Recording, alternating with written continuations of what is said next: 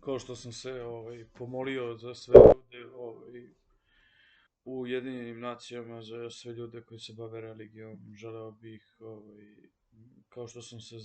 pomolio i za mnoge vođe naroda i ljude koji rade u ambasadama, želeo bih snimak da posvetim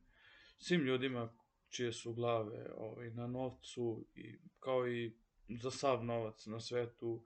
ovaj, šta god se nalazilo na njemu, u Brazilu recimo koriste životinje,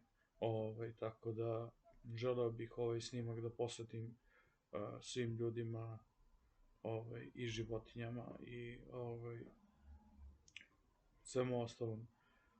što se nalazi na novcu, svim ljudima koji toliko rade na tome da nam novac bude dostupan i da uvek imamo nove novčanice, i naravno za naš topčider, hvala puno.